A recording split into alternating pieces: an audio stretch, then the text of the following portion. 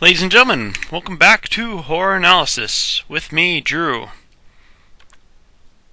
This is a short video, an additional video to the one I just did. I wanted to make a separate video for homework. I've been going over history of horror, and I've been going over Shill, supernatural. One more time, supernatural horror in literature by H.P. Lovecraft. And Lovecraft tends to get listy. Here's my copying down of Lovecraft's lists. There's one version. I have another version here with another 12 of them. Yeah, Lovecraft tends to get listy, and I've been trying to keep up. Last time I did, 1929. Talked about, the modern masters, what Arthur Machen, Algernon Blackwood, Dunsany, and James were doing during this time. And then this time, today, I was doing 1900 to 1914. So these ones here are... I'm going too fast. These ones here are what was going on in horror from 1900 to 1929. And Lovecraft is listy, and there's a lot on these lists, as you can probably tell. And I freely admit that I have not read all of these stories. I don't have time to read all of these stories. The LibriVox is great, but I don't even have time to listen to all these stories. The ones that are available on LibriVox. I have blue highlighter on this one now. So my homework assignment, such as it is to assign the stories to you guys. Maybe do a response video. Put up your own videos doing a story review on these great things. Maybe doing a LibriVox review if you're going to do a LibriVox. Most of these, the earlier ones, the pre-1914, getting to these ones here, are usually available at Wikisource or Project Gutenberg or one of the many fine public domain sites, because these are public domain works. I'm not sure if the English translation are for this one, because they're, of course, being from French or German, etc. Or would these two be in Yiddish? I'm not sure. But most of these are available on public domain, and many of them are available on LibriVox, so you don't even have to read them. You can just listen to them. And of course, going forward in my history, which means going backward in time, more books will pop up. Now, essentially I'm not going to assign style or what I'm asking for in stylistically. I did talk about last time, I was pretty jazzed to get a chance to talk about Dementor the Werewolf by Robert E. Howard. Wolf's Head was the one I was really digging, because it's one of my favorite werewolf stories. I did make a caveat in saying, hey, this is a really racist story. So I would say, if you're going to be doing these, and I hope many of you will, some of you will, if there's a caveat that needs to be said, like, hey, this guy's really a racist, so just fair warning, it's a good story, but you have to look past this sort of thing. It may not be easy for everybody to look past this kind of racism. So for Robert E. Howard's Wolf's Head, if you're really sensitive to that sort of stuff. This guy was, he lived in Texas in the 20s and 30s, and raised in Texas in the tens and zeros and 90s. So, yeah, you have to take, if you can't get past this sort of racism, you may want to give it a pass. Give it a skip. So these, and spoiler warnings are always a good thing. If you think that telling the ending will be a spoiler warning, just say, hey, spoiler warning. I'm going to talk about the ending now. Turn off the video if you don't want to hear about the ending. Something like that. What can I do? Can I do one for... I did have one I wanted to talk about today, but I didn't.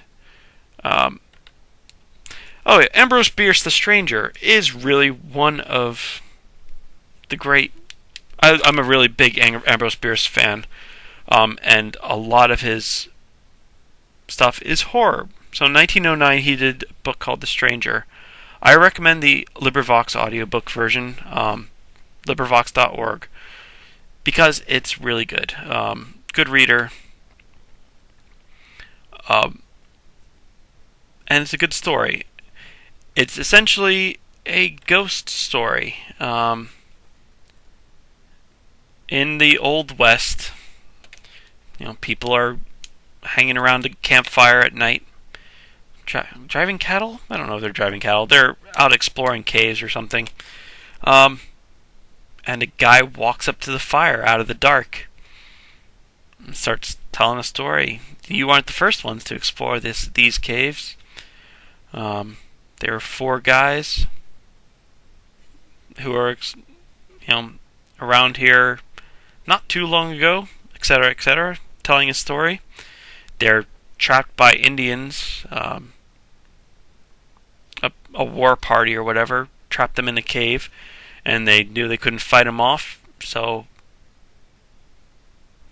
they took turns shooting each other when they got down to their last 4 rounds. And then, of course, it's not a real spoiler to guess that the guy who walked off was one of them, and was a ghost.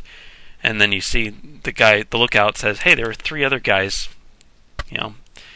standing out on the hill, waiting. So, a good little ghost story. Not necessarily scary. There was no sense of threat. In Lovecraft's term, there was no sense of cosmic fear. But it was unsettling. Try to use words like that. Try to get the right flavor of fear. If you're terrified, that's going to be a different thing than mildly unsettled. Moderately unsettled for The Stranger is what I would call it. But no, it's not terrifying. I did not lose sleep over The Stranger. But it was very good. These are some suggestions. I did have these up for a reason, and I was sort of cycling through them for a reason. You can try these ones. It can be just a short story. I'd really like to know more about Alron, at least how to pronounce it, because I think I've pronounced it a different way every time. And this was, of course, made into a movie early on in the history of cinema as well. If you like, you could do movie reviews, as long as it's not copyrighted material. I don't think people have a problem with copyrighted material either, but I'd like to know what you guys think of certain movies. Certain ones you can't show clips of, but movie posters I think are public domain. Maybe not. I may be completely off in saying that.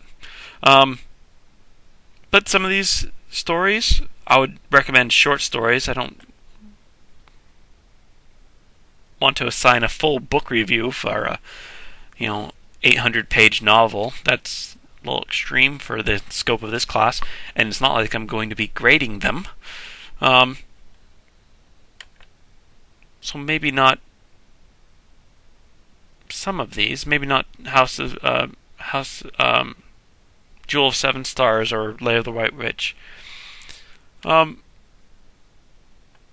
short stories, especially M.R. James is going to be short stories. Lord Dunsany's Tales, Algernon Blackwood's Tales.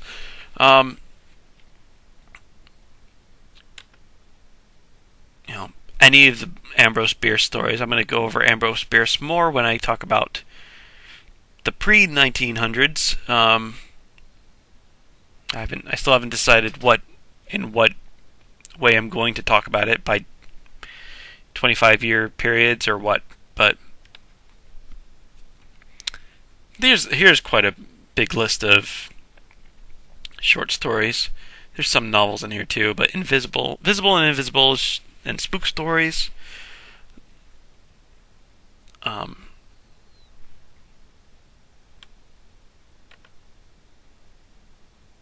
there's a lot of Lakundu.